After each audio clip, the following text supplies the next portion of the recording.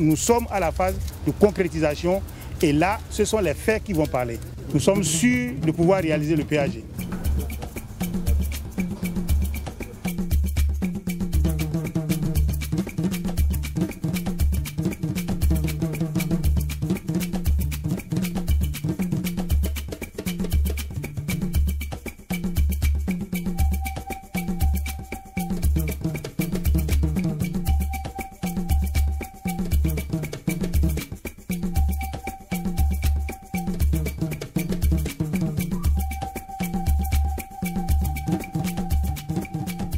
Merci beaucoup pour cette occasion que vous nous donnez de nous adresser à tout le peuple béninois, d'expliquer tout ce qui a été fait comme effort par le gouvernement de la rupture pour que le péage dans le secteur des infrastructures et des transports soit vraiment de nature à combler les attentes du peuple béninois.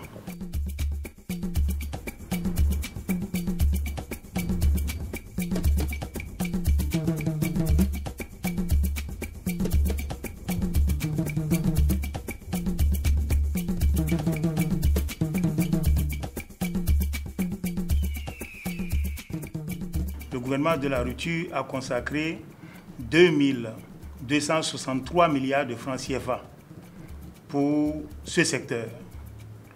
Et 1838 milliards sont consacrés à la réalisation des projets phares et 424 milliards pour les projets prioritaires.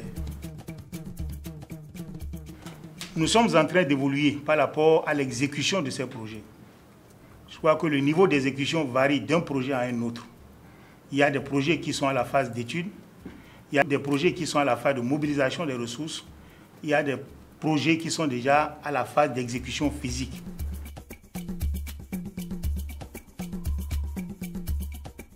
Au total, ces projets sont au nombre de 47. 21 projets phares et 26 projets prioritaires. Sur les 21 projets phares, 7 ont déjà connu un début d'exécution et sur les 26 projets prioritaires, 20 ont déjà connu un début d'exécution.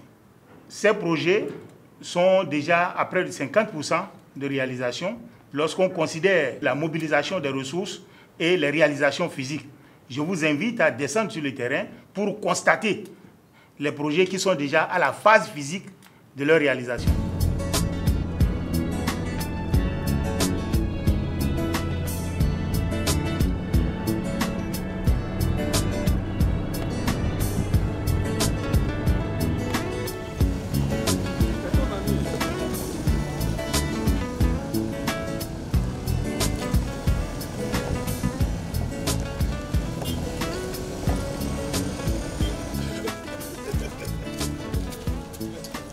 Aujourd'hui, nous avons un avancement des travaux qui est à 42%, contre une consommation de délai qui vous intéresse de 37%.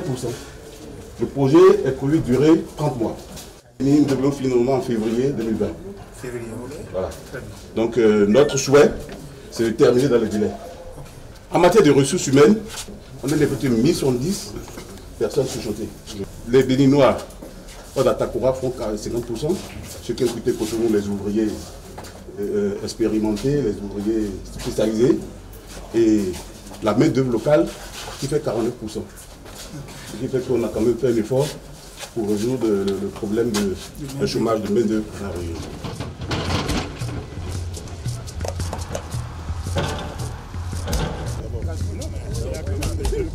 Oui, bien sûr. Le matériau de fondation qui a été choisi est un matériau très spécifique. C'est la première fois que nous l'expérimentons au Bénin. Sinon, très souvent en fondation, c'est de la latérite que nous utilisons. La latérite traitée au ciment, avec un pourcentage bien donné. Mais cette fois-ci, compte tenu de la région dans laquelle nous sommes et la disponibilité de ce matériau, c'est ce qui a été projeté. Nous avions fait toutes les analyses qu'il faut pour assurer la qualité du matériau que c'est.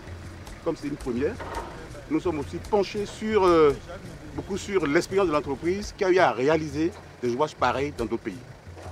Et finalement, nous sommes revenus à un consensus. Nous avons établi un plan de suivi qualité qui est homologué aujourd'hui, qui pourra être utilisé dans toutes les régions où le matériau sera disponible. Je vous assure que c'est une route qui sera très solide. Très solide. Si nous revenons ici dans 20 ans, Tout ce qui peut arriver, c'est le revêtement qui peut partir. Et on remet le revêtement.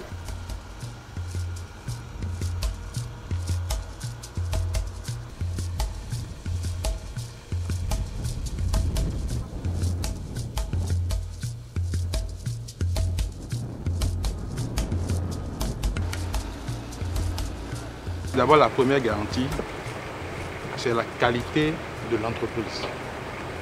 Parce que lorsque vous prenez Soja Satom en Afrique et dans le monde, vous savez que c'est une entreprise qui tient à son image. Donc, en dehors de tout contrôle, il y a d'abord cette qualité de l'entreprise. Mais ensuite de cela, nous avons mis en place une mission de contrôle qui surveille ce chantier. Nous aussi, mensuellement, nous sommes là. Vous voyez le ministre aussi. Donc tout ça mis ensemble rassure les populations. Et ces populations vont comprendre que le Bénin est effectivement en route pour sa révélation. Parce que le président ambitionne de révéler le Bénin à lui-même et au monde. Et lorsque vous voyez des travaux de cette qualité, des structures de cette qualité, vous vous rendez compte vous-même qu'il est en train de relever le défi.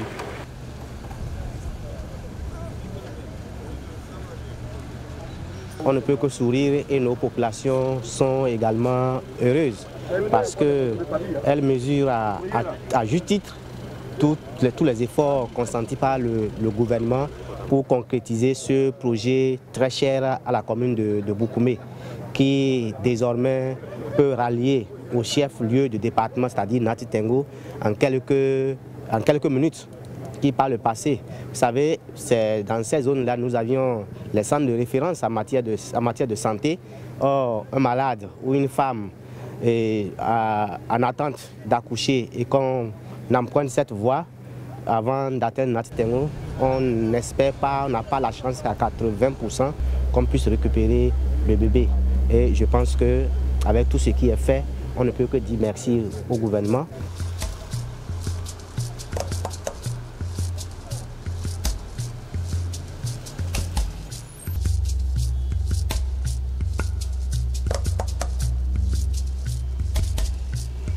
C'est un ouvrage assez impressionnant. Il faut un ouvrage de cette trempe pour pouvoir résoudre le problème posé par la rivière.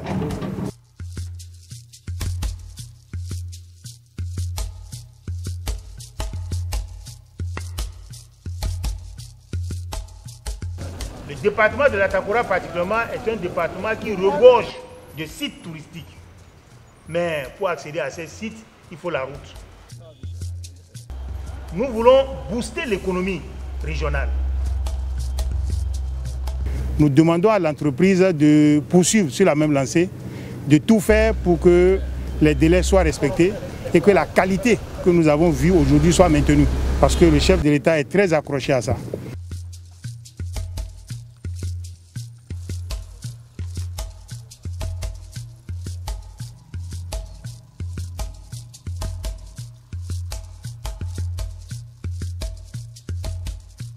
Actuellement, j'ai sur un chantier de construction du pont à fond situé à 37 km de Djougou. C'est un ouvrage qui dessert Wassapianko, Kouanlé, Kérou, même Banikwara. Les gens passent ici pour aller à Banikwara. Avec l'ancien ponceau, des fois, ceux qui quittent Djougou pour aller à Pionko stationnent pendant 3 jours, 4 jours. La fois dernière, un camion qui transporte de coton de Djougou à Wassa était renversé dans cette rivière parce qu'il n'arrive pas à franchir la rampe. Vraiment, c'est une solution que le gouvernement a trouvée pour soulager la population. C'est un ouvrage d'importance capitale pour la population, du point de vue des secteurs agricoles, surtout ça.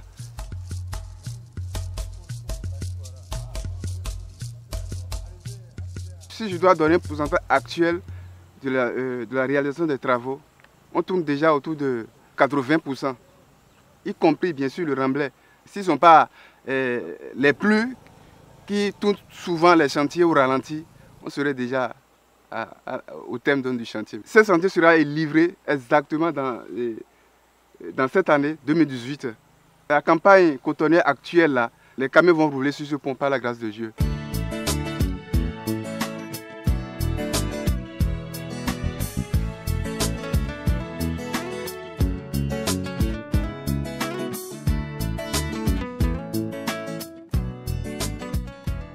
On parle de développement, il faut forcément qu'il y ait la route.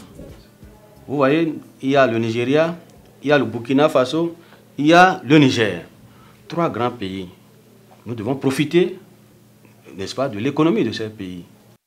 Le département de la Liborée est le bassin cotonnier, mais également le bassin agricole, je vais dire, du Bénin. Donc, tout quitte ici pour aller au Nigeria.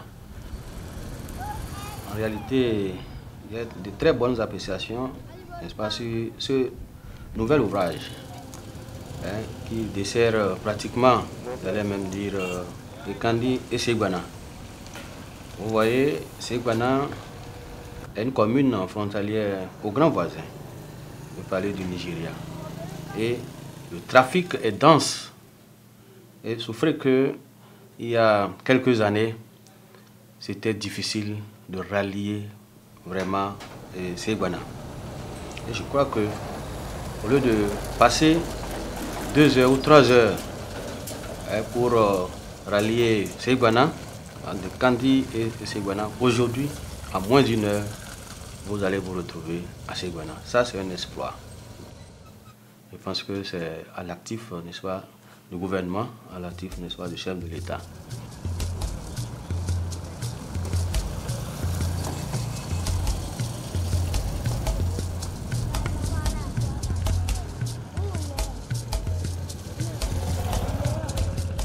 Depuis qu'ils ont fait la voie Kandi Ségbana, vraiment on est content. Avant, pour quitter Kandi Ségbana, vous faites au moins 6 heures de temps. Vraiment, la qualité, c'est très bien. Mais si on pouvait trouver encore les voies 40, ça nous fera plaisir. Nous savons que la route nationale inter-État numéro 2 sera réhabilitée. Je pense que vous allez constater avec nous d'ici à là, il y aura une éclosion, n'est-ce pas, des échanges, en tout cas entre notre pays et les autres pays de l'Interland.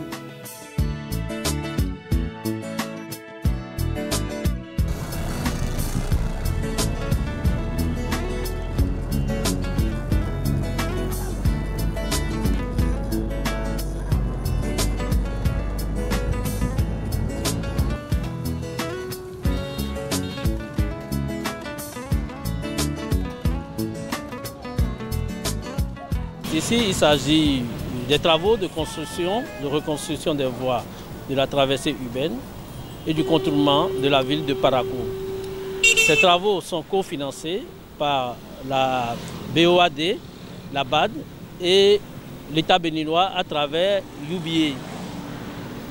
Les travaux sont subdivisés en 2 lots et sont confiés à l'entreprise Sino Hydro sous la supervision du bureau de contrôle SIRA SA.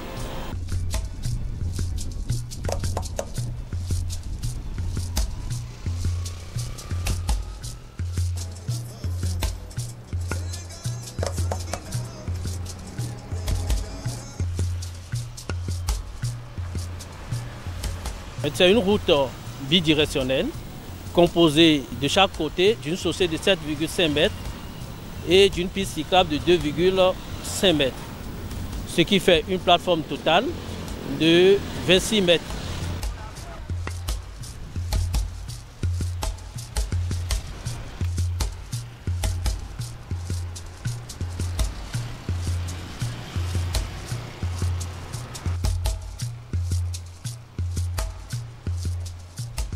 La grande particularité, c'est l'innovation, sinon la volonté du chef de l'État qui a souhaité que les travaux soient réalisés, surtout les aménagements soient réalisés de concession en concession. Et vous allez constater, surtout dans la zone de la mairie jusqu'au TP, on a fait un bétonnage du côté du riverain vers riverain. Donc aussi vous allez constater que les carrefours sont bien aménagés. Et ça, il faut avouer que c'est une touche personnelle du président de la République que le directeur général des travaux publics a insulfé à ce projet. Nous sommes pratiquement à 99% des travaux. Et il faut ajouter que ces travaux doivent prendre fin impérativement d'ici fin août.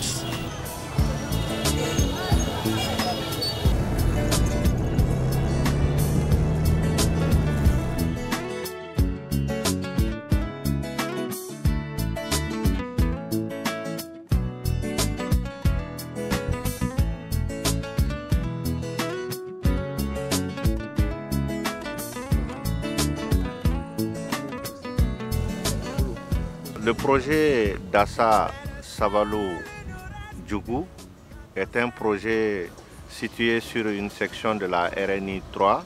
C'est une route, disons, qui draine beaucoup de poids lourds vers les pays de l'Interland, comme le Burkina, le Mali, un peu le Niger aussi, et le Togo.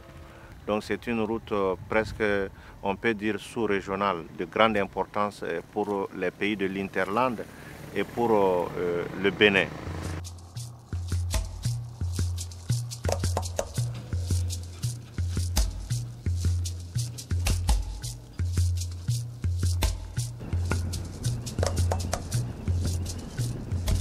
Cette route-là, elle est longue de 255 km 732, environ 256 km. En marge de cela, l'État a prévu l'aménagement de 3 bretelles pour conforter les populations. Ces bretelles, c'est la bretelle de Prékété frontière Togo, puisque du côté togolais, c'est goudronné jusqu'à Prékété et il reste 800 mètres à goudronner. Et l'État a pris en charge de faire ce travail-là.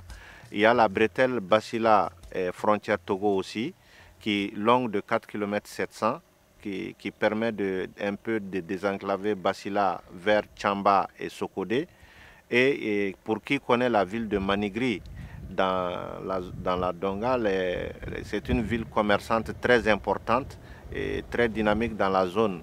Donc il y a aussi le bitumage de la route entre Bassila et Manigri. Donc les 3 bretelles font environ 15 km et donc ce qui ramène le linéaire global du projet à environ 270 km.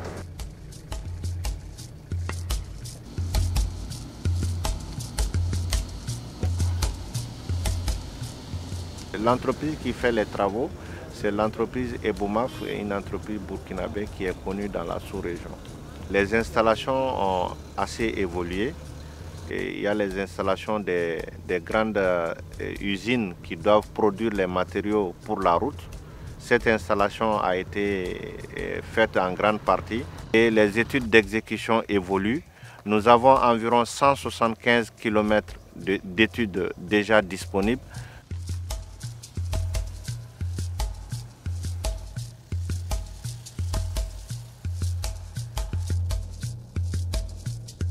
L'entreprise a commencé le 3 novembre 2017, donc nous sommes presque au 9e mois. Nous allons clôturer presque le 9e mois d'avancement des travaux qui avoisine les 24% d'avancement de délai.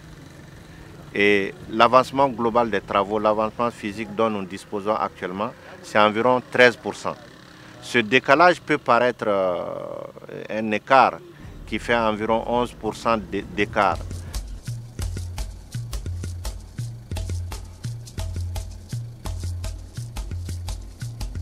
Le délai des travaux, c'est 36 mois. Nous estimons qu'au niveau de l'entreprise, l'organisation doit être améliorée. Le chantier est très long et sans une bonne organisation, les travaux ne peuvent pas être livrés dans le délai.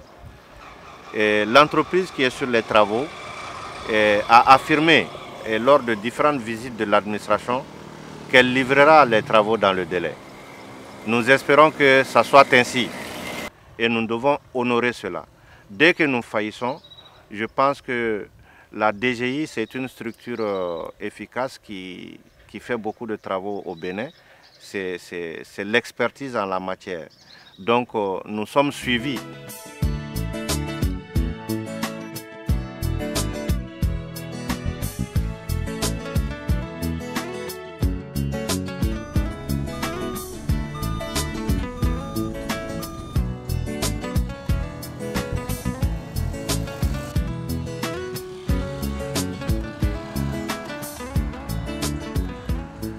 sommes sur les travaux de construction de la route Zénando-Guanamé-Paouya d'un linéaire de 57 km et des deux bretelles Kogé-des-Akota de 5 km et Kové-Guanamé de 12 km. Ça fait un linéaire total de 114 km 200.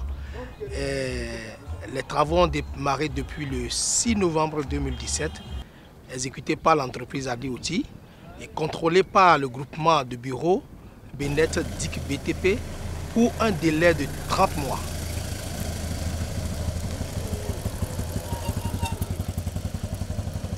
Nous avons un profil en travers type en agglomération qui est constitué d'une plateforme de 9 mètres de chaussée entre les caniveaux et de 2 trottoirs de 2 mètres chacun.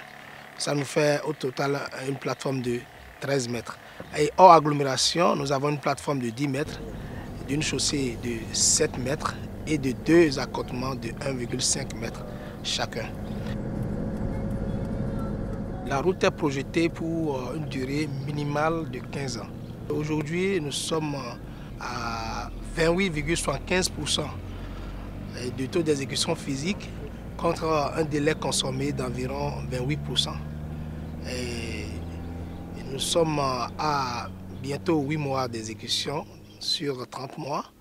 Et donc, au vu du planning d'exécution des travaux et au vu du rendement journalier, hebdomadaire et mensuel de l'entreprise et au vu de l'organisation et du personnel mobilisé et des engins, du matériel mobilisé, nous savons que, sauf cas de force majeure, l'entreprise doit pouvoir achever les travaux dans le délai. Et nous sommes là pour ça.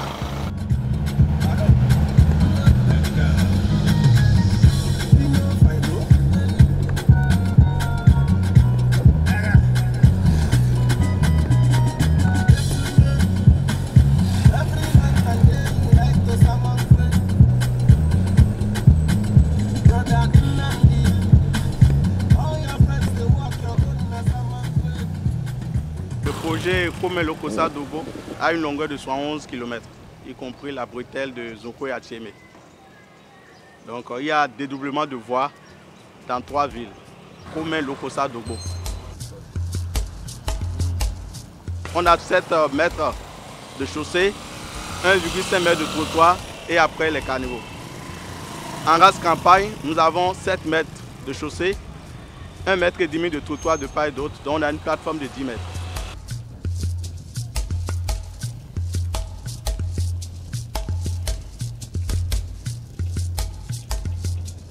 L'entreprise qui réalise les travaux est l'entreprise des BOMAF. On est à 88% du taux d'avancement des travaux. Le délai théorique c'est 2 ans, mais on a déjà fait plus de 2 ans. Pour boucler le projet, il y a le revêtement de la traversée de Lokossa sur 5,5 km. Il y a 7200 mètres linéaires de caniveaux.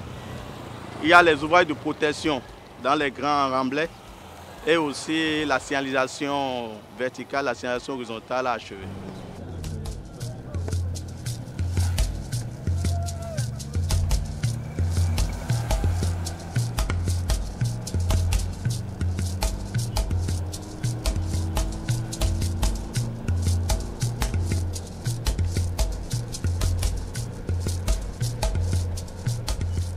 Nous devons remercier tous les acteurs, surtout le gouvernement. Et en tête, le chef de l'État, le président Patrice Talon, pour avoir bien voulu s'occuper donc de nos routes. En choisissant d'aller vers les routes, il choisit d'aller vers tous les autres secteurs. La santé, l'agriculture, tous les autres secteurs. Nous devons amener les produits frais à Cotonou pour que vous puissiez acheter ces produits-là, vivriers, à moindre coût. Vous voyez, nous devons amener aussi nos femmes au centre de santé et nos enfants facilement. Et donc, ces chantiers qui sont déjà achevés, comme vous le savez, nous avons le chantier à Diaromé, Koulekamé, Toviclin, Dogbo. Il y a 2 sens, peu importe. Dogbo, Toviclin, Koulekamé, à Diaromé. Et puis vous avez le chantier Koulekamé, Lalo. C'est achevé. Bien sûr lancé par l'ancien régime, PPP, partenariat public-privé, mais chantier conduit jusqu'à terme de main de maître par le président Patrice Talon. Il revient au gouvernement actuel de payer les frais.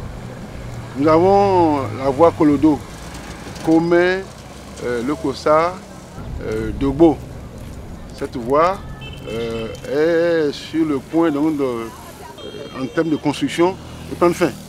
Et donc la nôtre sera payée aussi par le président Patrice Talon. Et tout cela réjouit les populations donc, du Koufo et aussi du Mono à côté. Et comme vous le savez, il y a d'autres voies qui sont lancées. Les voies qui sont lancées tout récemment par le président relativement au contenu de son programme d'action du gouvernement PAG. Nous avons donc, pour ce qui nous concerne, la voie Lalo jusqu'à Tofo. Vous voyez, la voie Lalo Agbanizou pour les Camin. Voilà ce qui est lancé pour l'instant.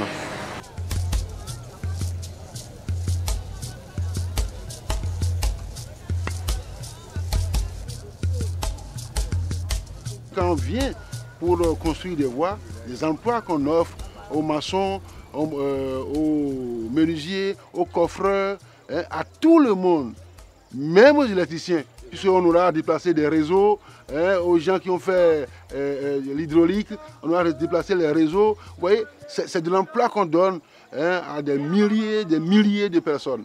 Voilà pourquoi on a un devoir impérieux de féliciter le gouvernement, de le remercier, et l'encourager à aller de l'avant. Parce que là, c'est dit, ah bon, mais il faut aller plus loin. Plus loin, c'est de s'occuper de toutes ces voies-là pour que la boucle du Koufo soit une réalité.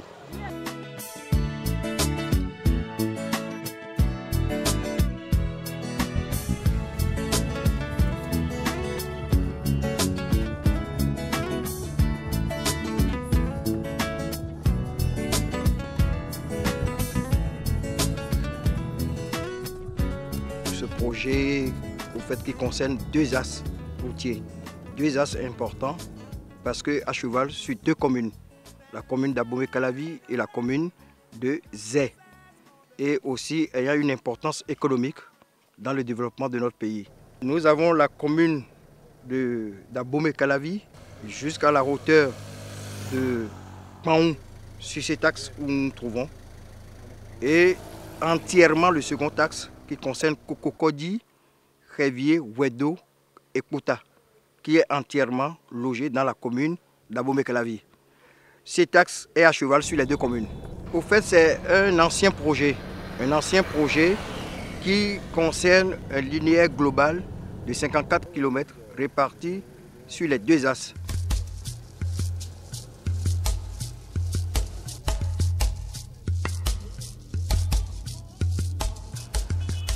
À l'avènement du nouveau départ, ça a été réaménagé. C'était prévu initialement en une voie pour deux circulations, mais cette fois-ci, c'est en 2x2. Sur le tronçon Kokokodi, Révier, Wedo, Calavi-Kota. Voilà, parce que c'est en zone urbaine, il faut faciliter la mobilité des usagers.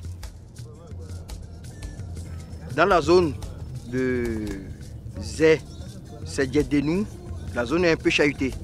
Et géologiquement, ça a connu une métamorphose. Donc nous avons des sols très faibles. C'est comme ça que sur un ouvrage, nous avons rencontré des bourbes. Et il faut renforcer forcément le sol. La mission de contrôle, pour pouvoir prendre une décision technique adéquate, a demandé des études complémentaires pour voir quel type de consolidation nous allons faire pour pouvoir fonder notre ouvrage. Nous sommes en attente de ça. Et si vous avez vu à la base, on a provisionné en attente des concassés de gros diamètre en attendant de cette consolidation du sol.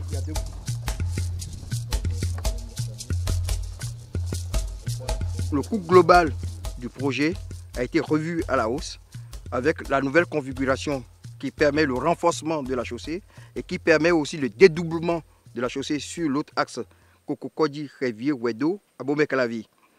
La durée, au fait, est de 36 mois. Actuellement, globalement, nous sommes pour un avancement de 52% pour une consommation dans le temps de 63. Autre chose qu'il faut remarquer, c'est parce que l'entreprise, à cheval sur plusieurs chantiers, il y a une régulation forcément.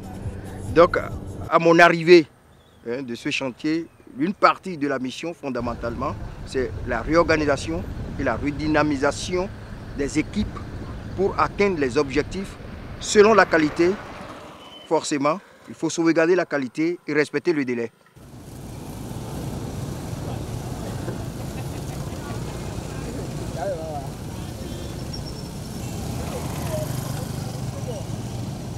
Sur ce axe, nous sommes sur le tronçon Cococodi-Crévier. Mais ici, c'est un point particulier sur le projet parce qu'il y a un pont. Il y a un pont de 240 mètres qu'on doit construire à cet endroit. Ça va en dédoublement de l'ancien pont. Parce que, comme j'avais dit auparavant, c'est que le projet a été réaménagé. On est passé d'une voie à un aller-retour en double voie, 2x2. Ce qui fait que c'est la même continuation, le même profil, on aura 2x2 sur les ponts. Donc le gouvernement a prévu de dédoubler le pont. On va faire un nouveau pont à côté de l'ancien.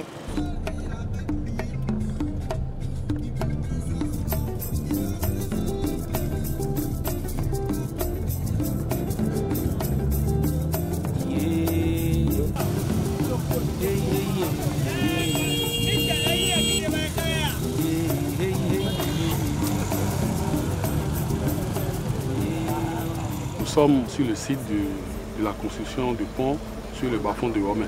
C'est un ouvrage mixte. Mixte, quand je dis mixte, c'est qu'une partie est en acier, une partie est en béton armé. Le tout avec une longueur de 326 mètres.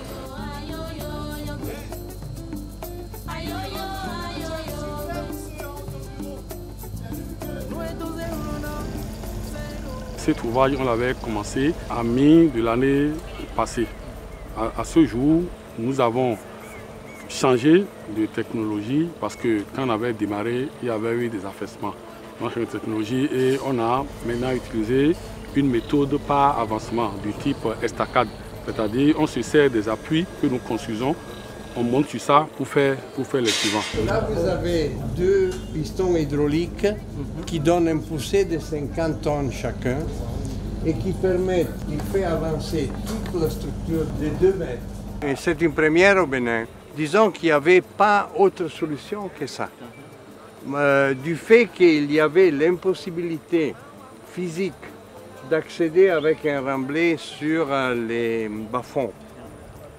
Parce qu'il y a des endroits où vous avez jusqu'à 20 mètres de boue, des vases, qui ne peut pas tenir le poids du remblai. On a été obligé à adopter ce système qui est normalement celui utilisé pour construction maritime.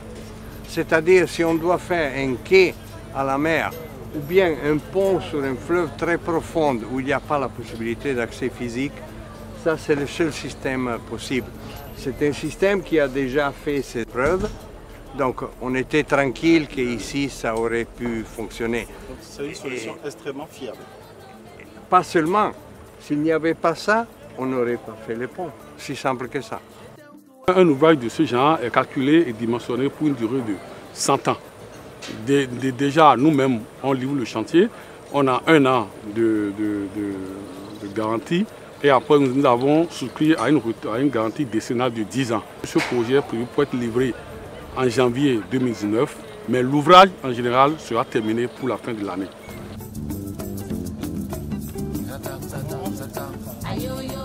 C'est un enrichissement pour moi. C'est une première fois de vivre une expérience comme ça avec un lanceur guide de battage. C'est un pont mixte qui n'était pas prévu pour être réalisé avec cette méthodologie.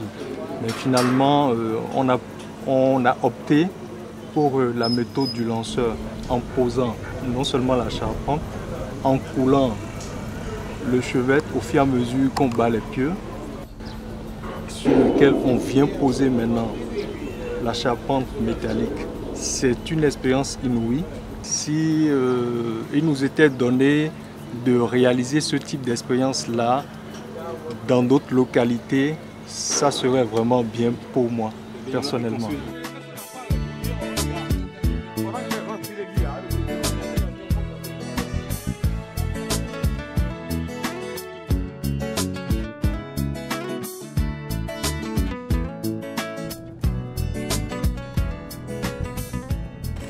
La route des pêches couvre un linéaire de 13 km 200 et dont le PK0 est ici au giratoire Erevan et le PK final est à Dunkor, dans la commune de Ouida. Ce projet, en exécution par l'entreprise ADOTI, la surveillance est assurée par le groupement JIC Mali et le HERO, je sais qu'ils sont un groupement d'ingénieurs conseils. Le projet présente deux chaussées de double voie de 3,50 m. Donc on a de part et d'autre 7 mètres, 7 mètres.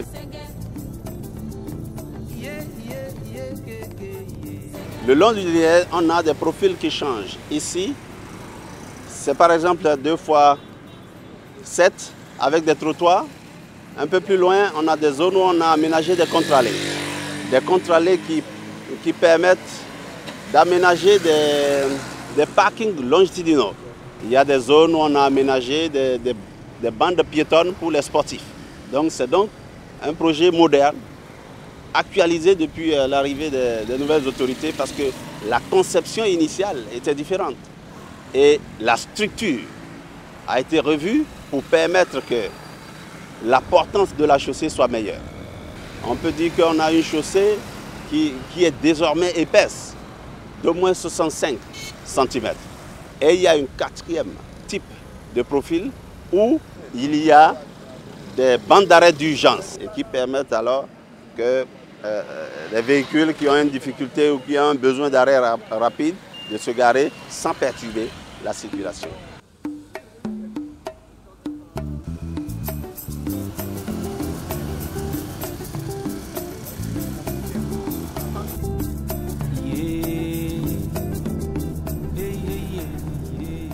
Ici, de façon spécifique, la route des pêches, vous pouvez constater à des moments donnés quand les embouteillages étaient monstres, de l'autre côté vers Verdocor et tout, cette route est un moyen de déboucher et de fluidifier la circulation. C'est en même temps une route touristique.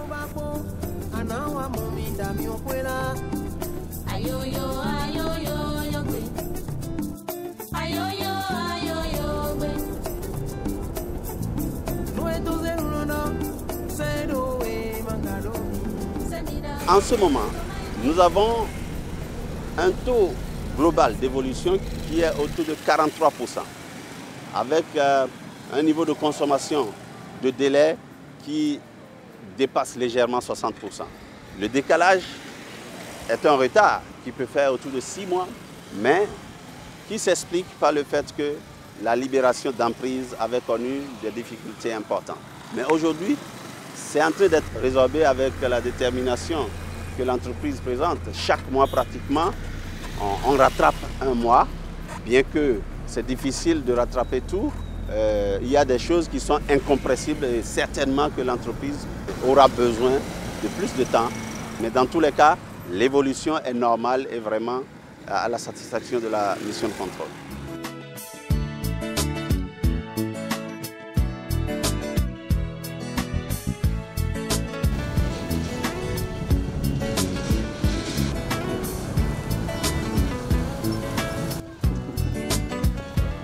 Le projet sur lequel nous sommes regroupe 2 tronçons. Le tronçon Porte-Novo jusqu'à Akro-Mesrete, d'une longueur de 12 km 600 en 2 fois 2 voies. Et celui de Kobé jusqu'à Ouinki en passant par Adiaware, d'une longueur de 22 km 400. Et là, c'est 1 fois 2 voies que nous avons sur ce tronçon-là. Porte-Novo Akro-Mesrete est exécuté actuellement à hauteur de 38,60% sur un délai de 30 mois à partir du 2 octobre 2017. Donc actuellement nous sommes dans le 10e mois. C'est une très bonne progression parce que par rapport à la consommation du délai, on est à 22,60. Pour Adiaware, nous sommes à 40% sur ce tronçon-là.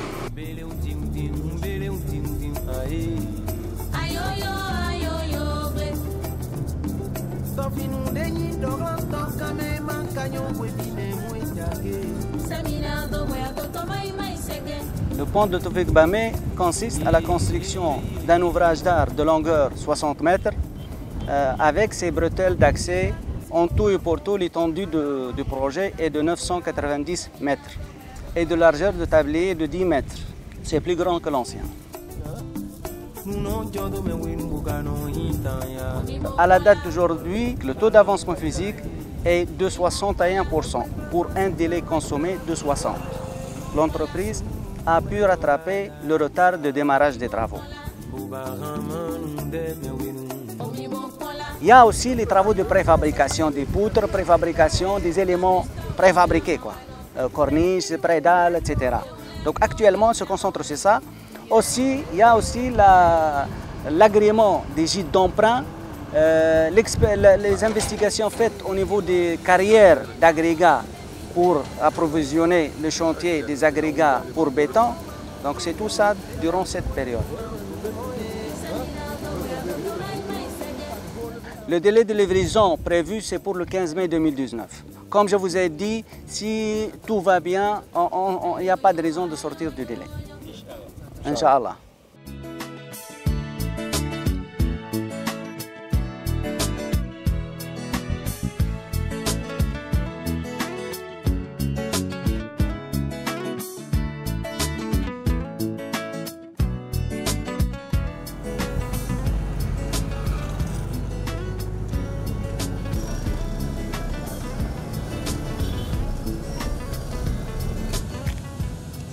Il faut dire que nous avons l'extension et la modernisation du port autonome de Cotonou.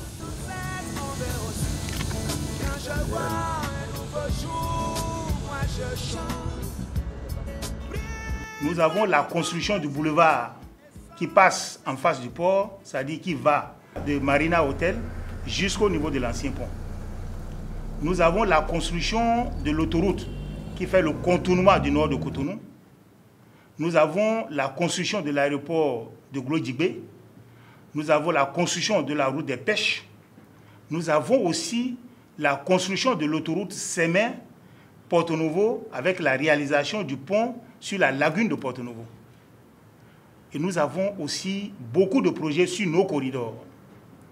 Nous avons l'ambition de développer notre port pour mieux servir les pays de l'Interland. Et pour mieux servir ces pays, il faut que le réseau routier soit en forme. C'est pour cela qu'un accent particulier est mis sur les corridors.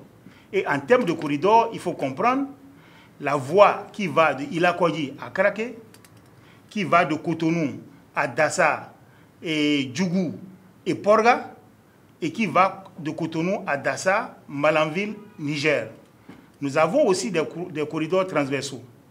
Au niveau de Ndali, nous avons le corridor qui va de la frontière du Nigeria à Chikando, Chikando, Niki, Ndali, Djougou, Wake. Et à la hauteur de Kandi, nous avons le corridor qui va de Samia à la frontière du Nigeria. Donc Samia et Segbana, Kandi, Banikwara, Keremou, la frontière du Burkina. Ces corridors permettent de relier tous ces pays-là. Ce qui est important, c'est que ces projets puissent aboutir et puissent finir dans de bonnes conditions, que la qualité soit respectée pour que ces ouvrages qui seront livrés puissent servir le peuple béninois le plus longtemps possible. Mais comment, sur le terrain, on s'assure de la qualité des travaux? D'abord, dès le début, il est exigé un engagement de l'entreprise sur ce que nous appelons la garantie de bonne exécution, qui est souvent de l'ordre de 5% du montant total des travaux que l'entreprise dépose en termes de caution pour garantir le parfait achèvement des travaux. En plus de ça, il y a la retenue de garantie. Chaque fois que l'entreprise fait des travaux et que ces travaux sont facturés, nous faisons des retenues de l'ordre également de 5% du montant que l'entreprise peut transformer en caution bancaire. Mais cette garantie n'est libérée qu'à la fin de la période de garantie qui est souvent 1 an après la réception provisoire des travaux. Et cette retenue de garantie nous permet de nous assurer de la réparation par l'entreprise des vices cachés. Mais ça ne suffit pas. Dès que l'entreprise commence par exécuter, il y a des experts sur le chantier qui suivent au jour le jour comment les travaux s'exécutent. Et nous avons ce que nous appelons des réceptions au fur et à mesure.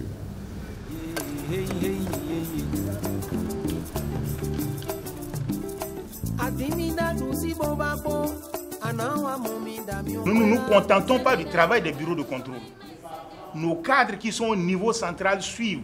Et nous-mêmes, nous avons pris l'engagement, d'ailleurs c'est une exigence, c'est une prescription, c'est une instruction du chef de l'État. Nous allons régulièrement descendre sur le terrain pour suivre ces projets parce que le chef de l'État est très regardant par rapport à la qualité. Par rapport aux populations, nous demandons aux populations d'accompagner le gouvernement, aux élus locaux d'accompagner parce que l'implication des populations est très très importante. Parce que pour réaliser un ouvrage, il faut libérer l'emprise. Et la libération de l'emprise nécessite la collaboration des populations.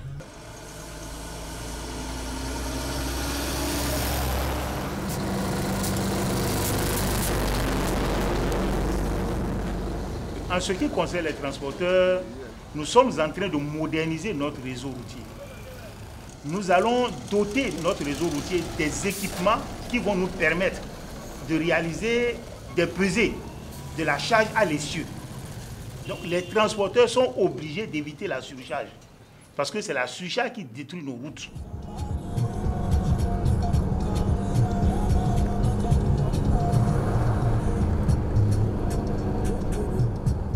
Au plan régional, nous sommes en train d'œuvrer pour la réalisation d'un certain nombre de projets qui ont un caractère intégrateur et qui ont un caractère structurant. Au nombre de ces projets, il y a la boucle ferroviaire qui doit permettre de relier Cotonou à Niamey, Niamey à Ouaga et Ouaga à Abidjan. Pour ce qui nous concerne, il s'agit de l'axe Cotonou-Niamey. C'est un projet très très important parce qu'il nous faut développer aussi la voie ferroviaire pour soulager un peu nos routes. C'est un projet qui va nécessiter environ 3164 milliards de francs CFA. Le mois de septembre prochain, il y aura une grande réunion, la réunion Chine-Afrique, où le président chinois va rencontrer tous les présidents africains. Et au cours de cette réunion-là, on va étudier ces différents projets qui pourront bénéficier d'un financement chinois.